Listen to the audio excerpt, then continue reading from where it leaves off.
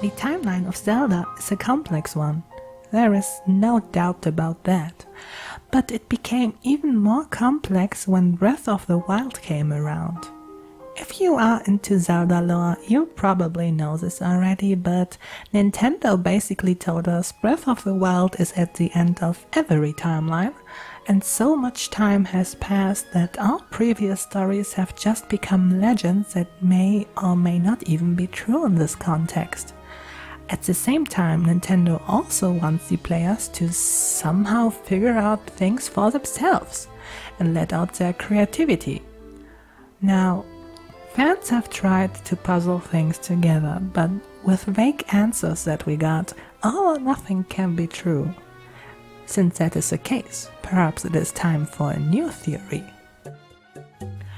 But first, welcome to my channel! I'm just A. No, really, just A.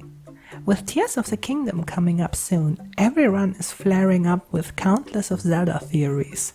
But I feel that we are hardly done discussing Breath of the Wild yet. It is a game full of hints to like most Zelda games.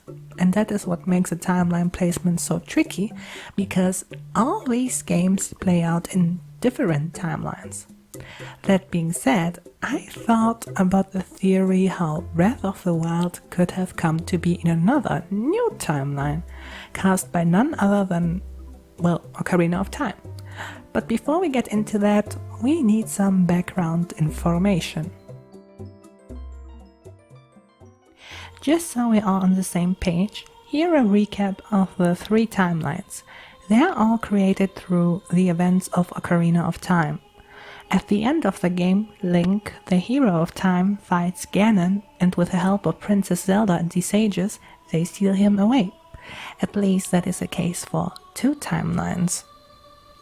There is a child timeline where Zelda ends up sending Link back to his childhood to regain the lost 7 years in which he was stuck in the Sacred Realm. This leads to Link warning the royal family about Ganondorf, whom is later executed. Well, almost. It doesn't work out, and so he ends up being sealed away to the Twilight Realm. He later breaks out of it again and appears in the events of Twilight Princess. Sadly enough, this timeline also means the hero of time is never celebrated as such and ends up as a regretful spirit. This timeline split is also quite sad because it follows the concept that time is linear and actions in the past cannot fully undo the future. And as a child timeline exists, the adult timeline also exists. That means after Zelda sends Link away, nothing is undone in her timeline. She and the survivors have to rebuild Hyrule. In a very ironic twist of fate, sending the hero of time away erased him from this timeline, all while he is also celebrated here. He is seen like a being above space and time, as the people of Hyrule believe he would just come out of the depths of time and save them in times of need, even centuries later. But we find out this never happens, as Ganon eventually broke out of his seal and no hero came to save the kingdom. And so, after praying to the goddesses, it was them who decided to flood Hyrule and seal away Ganon beneath the waves. But not without selecting groups of people to move to the mountains, which would later become islands to the Great Sea. The Hylian bloodline is continued, though no longer with the royal family. Eventually a new hero named Link emerges, and a pirate captain named Tetra turns out to be the descendant of the last Princess Zelda, making her the most recent Zelda. In this timeline, Ganon broke out of his seal again, trying to somehow get his Hyrule back, but he is stopped, and Hyrule remains permanently flooded. Link and Tetra and the pirates eventually find a new land and make it a new Hyrule that has its own share of problems, because of course it does. Hyrule and permanent peace just isn't a thing. Then there is a timeline that stands out, as it is not caused by time shenanigans, but rather by Link being defeated by Ganon in the final battle, either killed or taken out in other ways. This is the Fallen Hero timeline. Ganon is able to obtain the full Triforce, and in response, the sages seal him away into the Sacred Realm as a last-ditch effort. The imprisoning war happens, and that leads to the events of A Link to the Past. I'd go further into it, but I already left out some games in the other timelines, and the Fallen Hero timeline has the most games of them all, so I recommend you look at the official Zelda timeline for the rest of the story. After all, this video is not here to explain the whole timeline to you. There's enough of those out there. In fact, I'm not even trying to tell you where on the official timeline Breath of the Wild and its sequel would end up being, but rather how Breath of the Wild could end up in its own timeline, while still making sense with all the references and other timelines. So, as it stands now, the fandom seems to be split into two groups. Those who believe Breath of the Wild is set in the Child timeline, and those who believe it is set in the Fallen Hero, or, well, Downfall timeline, and both seem to defend their standpoints quite strongly, which leads to some people putting their own timeline theory as fact. This causes all sorts of issues when people who are new to the timeline try to understand it, especially when Nintendo has been so vague about it. And both timeline placements contradict each other in some ways, so it seems like a fully set placement will always feel a bit odd. The winning side does seem to be the Downfall timeline, and if I had to choose, I would choose it too. But again, contradictions are not eliminated there either.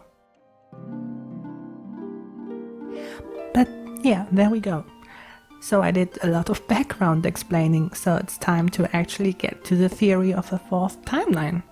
Now, while it is just a theory, I believe this hidden fourth timeline might be the one that can cause all of the events that lead up to Breath of the Wild and Tears of the Kingdom, and it starts in the same place that all the other timelines start, at the ending of Ocarina of Time.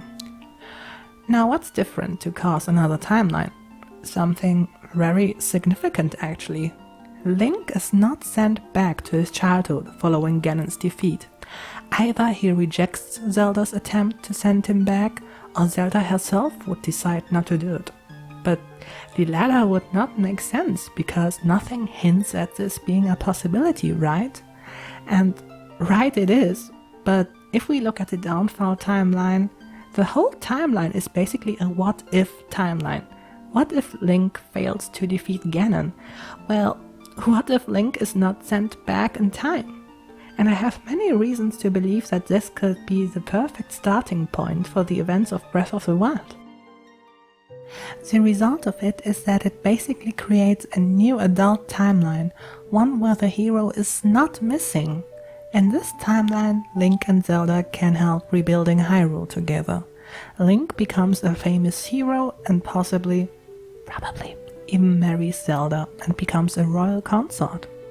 Hyrule can experience a new era of peace with a celebrated hero at the top, seen by everyone.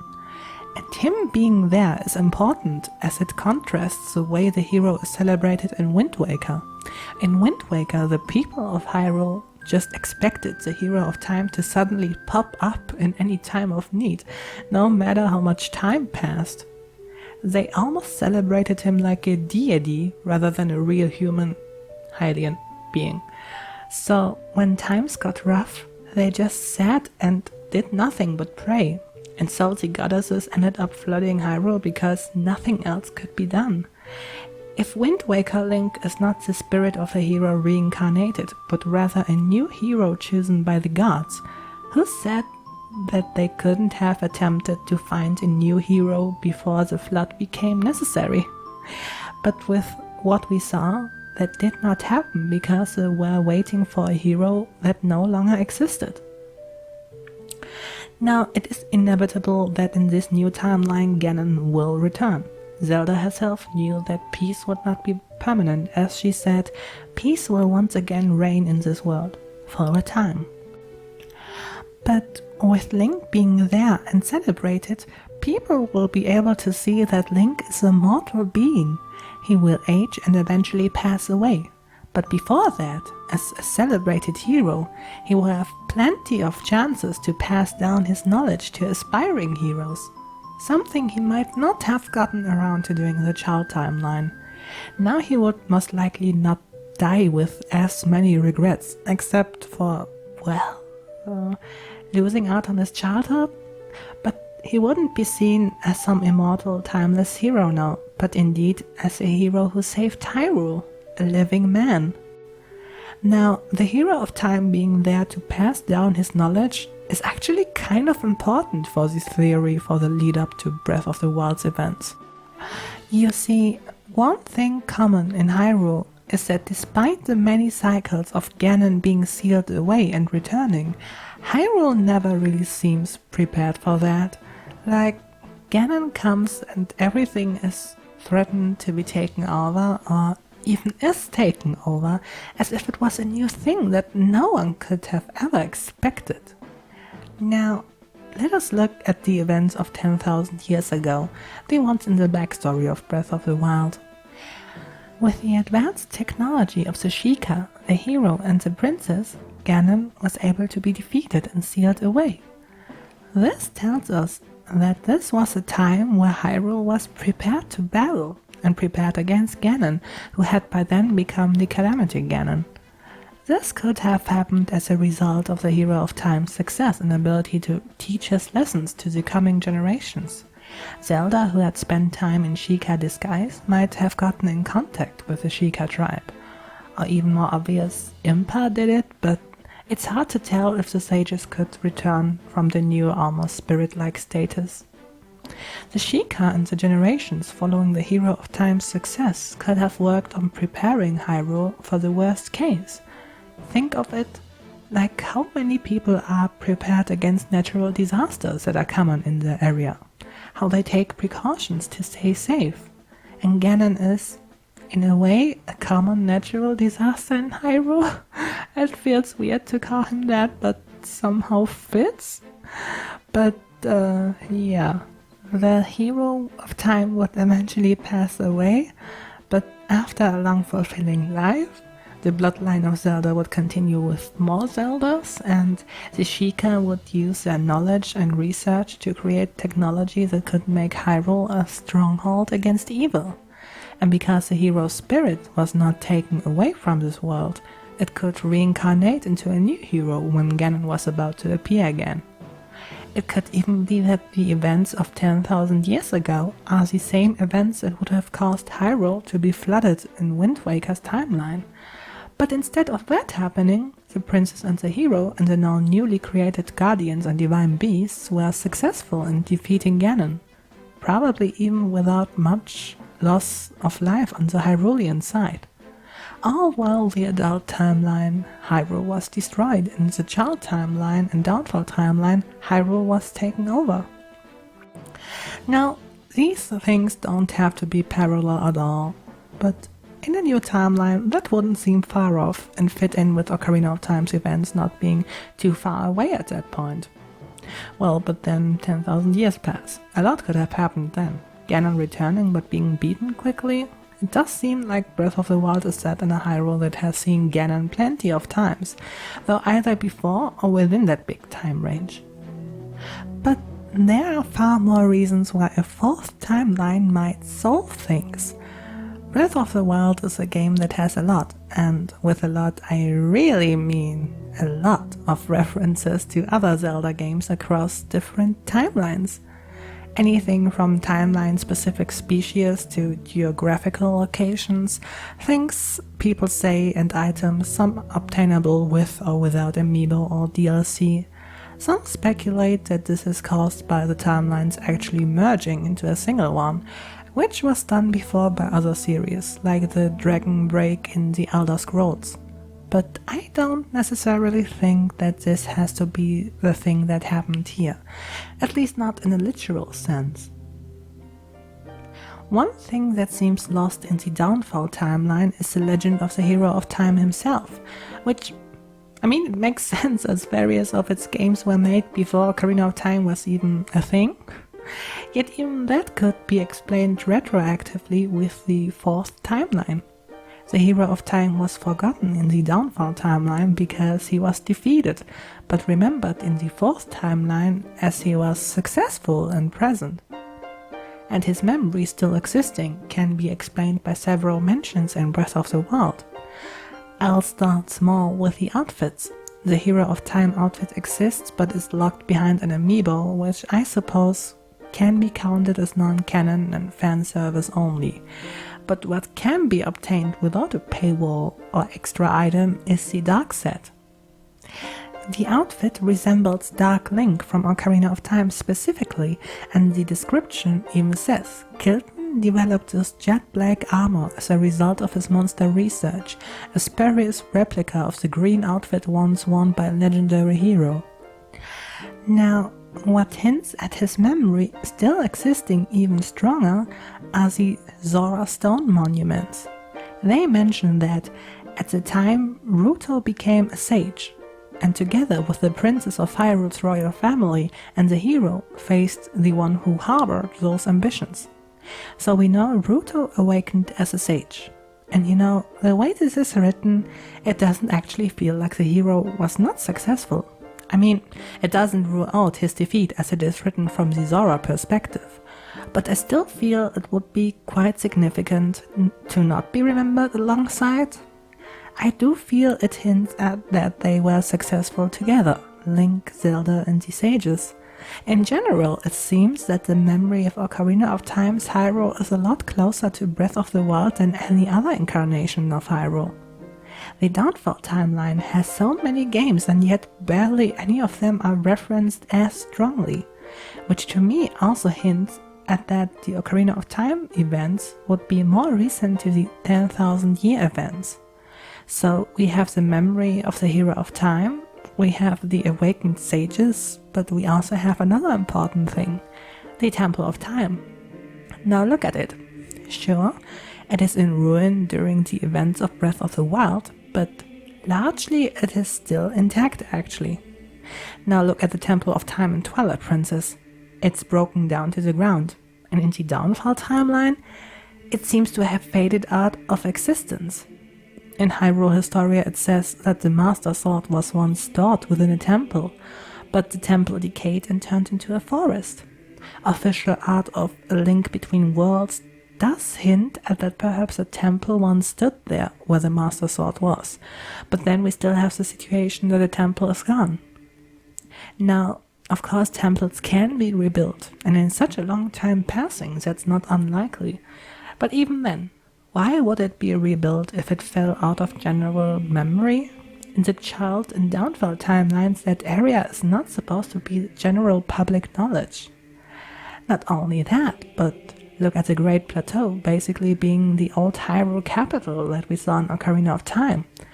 It is also called the location where the Kingdom of Hyrule was founded, which is not necessarily entirely true, as Minish Cap seems to have the Kingdom of Hyrule set in a different place than the following Hyrule incarnations, but that is up to speculation, I guess. Either way, it is a special place to the Hylians, something never shown as a place of importance in the other timelines, but Age of Calamity shows that this place actually used to be fully intact 100 years ago. Once again, it seems like not just the memory of the events of Ocarina of Time, but also the Hyrule of that time still seem to be quite significant in this incarnation of Hyrule. But the Temple of Time does seem to have changed a bit, which, as said, even temples get rebuilt or changed over time. In fact, I think the Temple of Time's large chamber must have been removed for a reason. It was where the entrance to the Sacred Realm was, so what if that entrance was destroyed alongside with the Master Sword's chamber? It breaks a connection that could allow for someone to enter the Sacred Realm wrongfully. The bag could have been rebuilt in a more flat way, and since it was still a holy place in its origin, the temple was used to worship Hylia. Now, why did the Master Sword move? I can only speculate, but I feel it would have been a prime target for Ganon if it remained at the Temple of Time. A mysterious forest where it is easy to get lost doesn't seem to be a bad place. For all we know, the Master Sword might have even moved locations several times within this Hyrule's history. Just speculation though.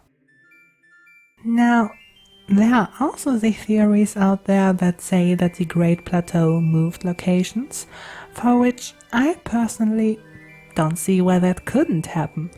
After all, Skyloft was once a landmass on land as well.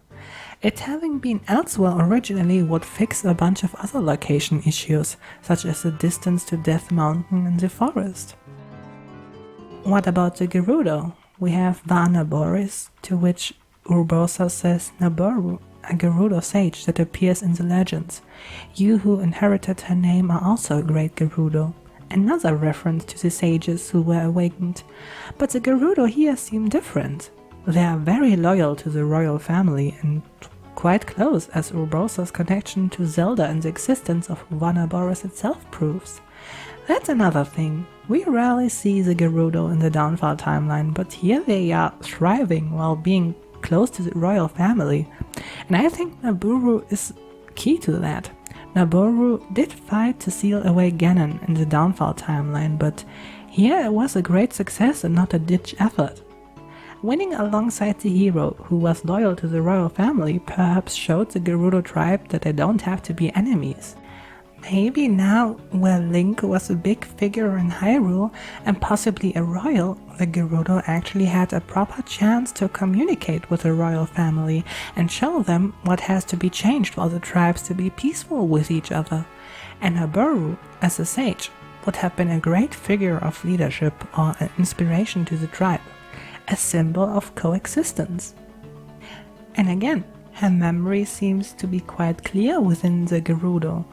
And it also explains why the Gerudo might have abandoned the idea of making every Gerudo male born their king. If Naboru had better intentions than their king, then perhaps they shouldn't have a king at all and just stick to female leaders. This doesn't rule out the Downfall timeline for the most part, but I still think it is an interesting aspect. Now, there is another Ocarina of Time reference that I have to mention. It is perhaps smaller in role, but I would say still important. The Ruined Ranch, which, it clearly resembles Lon Lon Ranch. While it would certainly not look the same after so many years, I don't think it's so unlikely that it still was passed down by generations and kept in a similar way because of its iconic role in the past, like we preserve historic monuments, for example. That ranch also ceased to exist in the other timelines, and yet here it was kept up. But this is just about Ocarina of Time. There's probably more references and hints, but I want to take some time to get into the references from other timelines and how this new timeline works with those. Now, let's look at Princess Zelda's speech. When talking about the role of the hero of Hyrule, she mentions different aspects of the hero, whether he is fluttering in the skies, clearly hinting at Skyward Sword, traveling through time, obviously another hint at Ocarina of Time, died in Twilight, which definitely hints at Twilight Princess, crossing the seas, possibly the Wind Waker or also Link's Awakening, or seeking the gold of the gods, which hints at a link to the past and link between worlds. All these parts hint at the events of all three existing timelines, and we also have more items in Breath of the Wild that hint at other timelines too, such as the Fused Shadows, also known as Midna's Helmet. We also have the Leviathans, of which we only find the bones, which also hint at creatures that existed within different splits of the timelines. Then we have names of places, of people, stories being told, and the fact the Koroks and the Rito exist. It gets confusing. This all could never happen in one timeline, could it? Well, actually, yeah, I think it could. 10,000 years ago is prehistoric for us. Maybe not for Hyrule, but one thing that we have to consider is just how much time that is. We have the possibility of Ganon returning in several cycles, but also a lot of other things happening.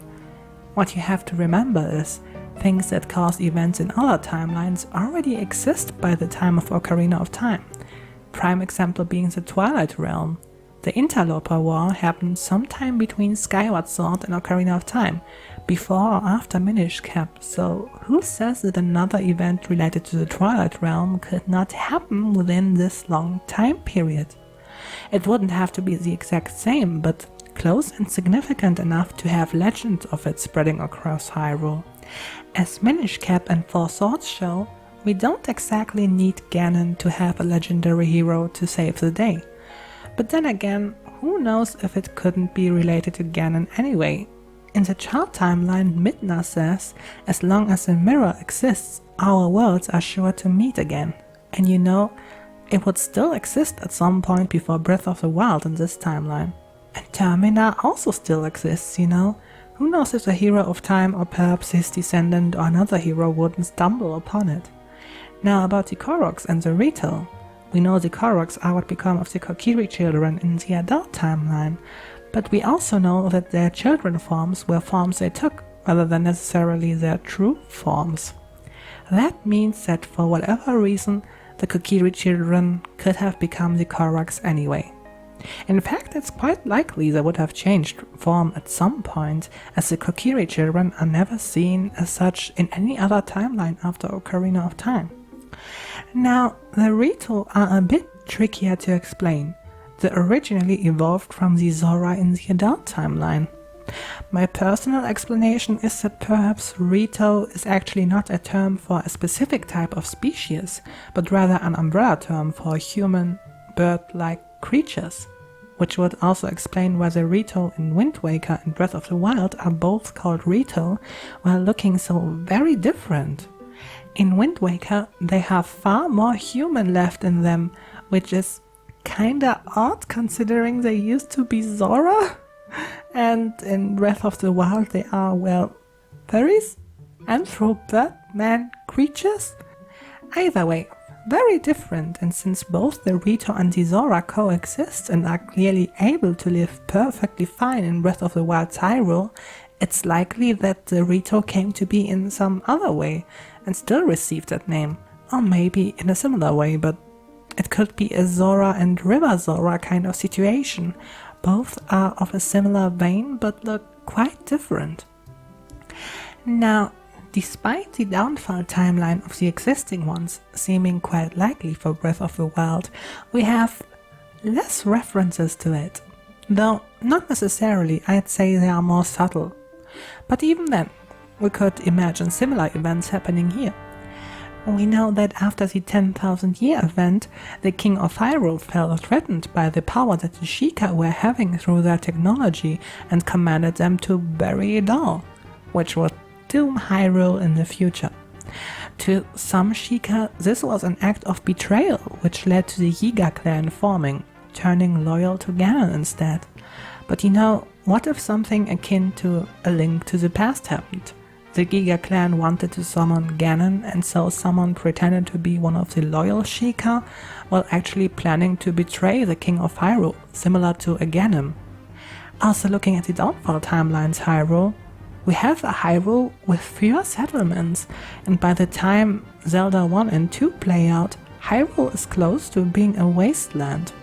But this Hyrule seems like it thrived, with so many towns and villages, many which were destroyed 100 years ago, but still many more than in any other Zelda game. So, whereas Hyrule was on the decline at the end of the downfall timeline, Hyrule was on the opposite path in this timeline. But to get to the point of it all, effectively the fourth timeline would have events from different timelines happen in similar ways, though perhaps on a different scale, but still close enough to work as references that remind you of the other timelines as a player. So this would be in a way a timeline merger, but not in the literal sense.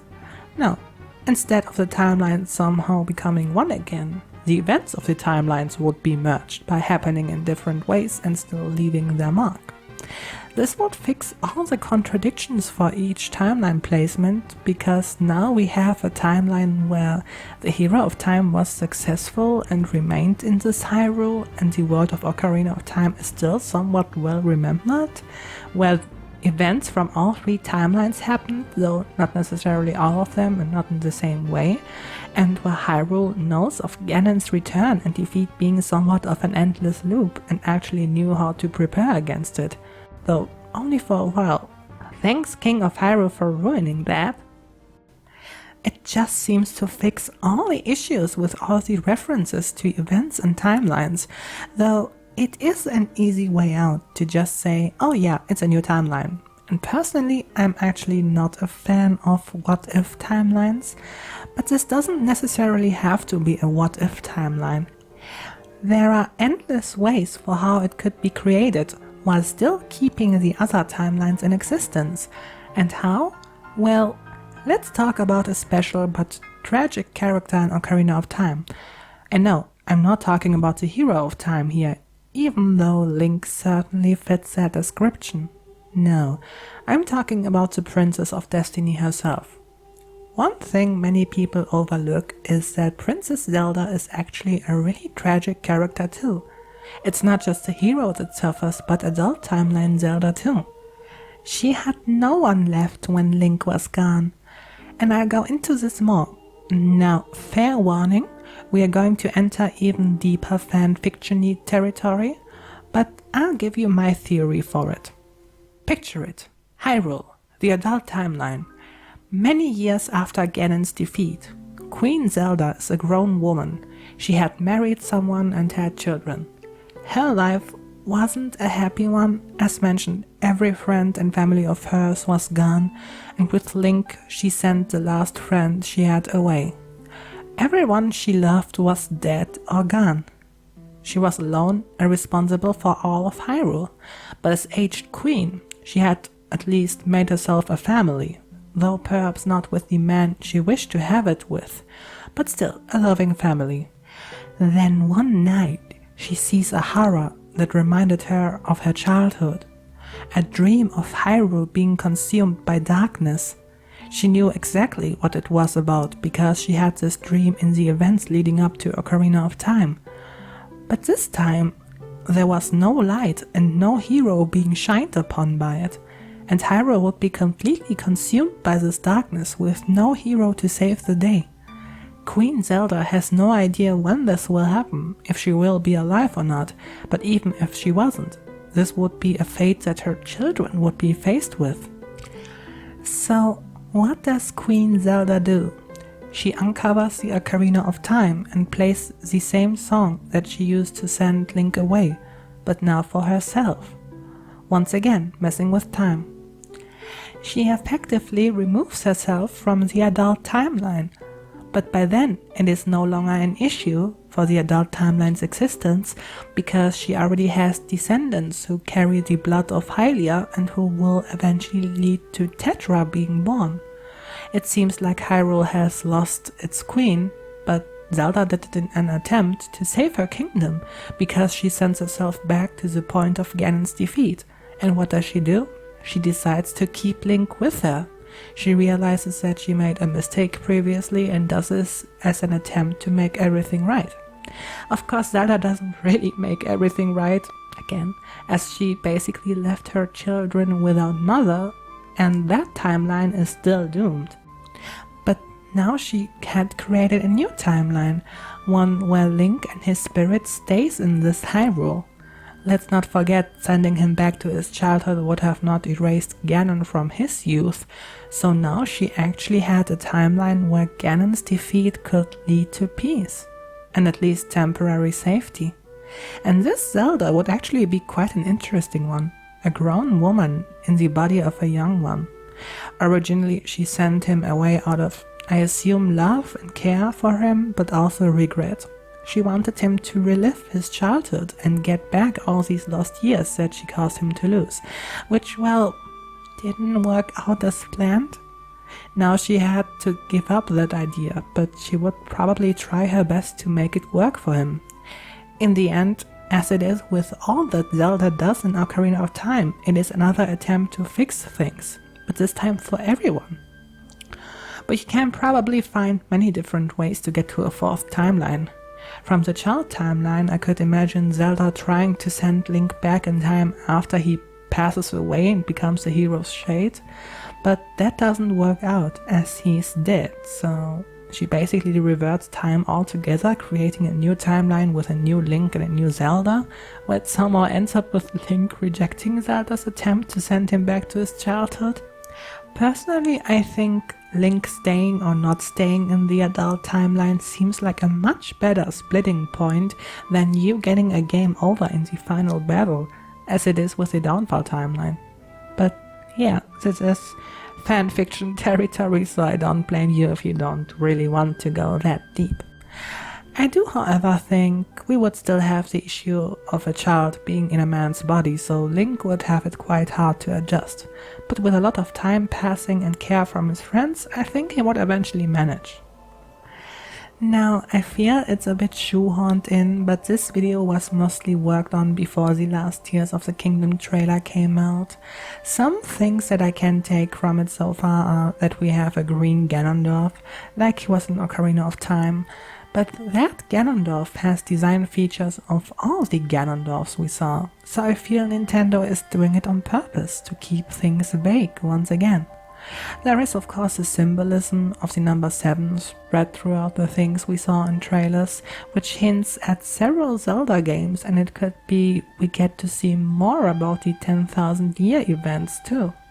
And I won't give any details on it, but the leaked art book also had some interesting pieces hinting at other Zelda games.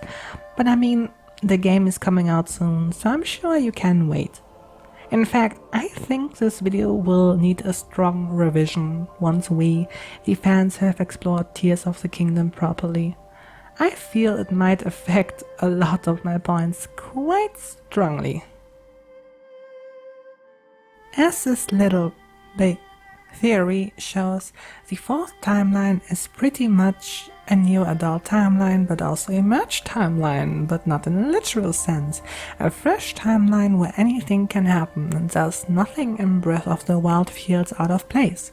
And while it ends with the destruction of Hyrule in Breath of the Wild, I think it would also still be the best outcome for Hyrule following Ocarina of Time, and also for the Link and Zelda of that game.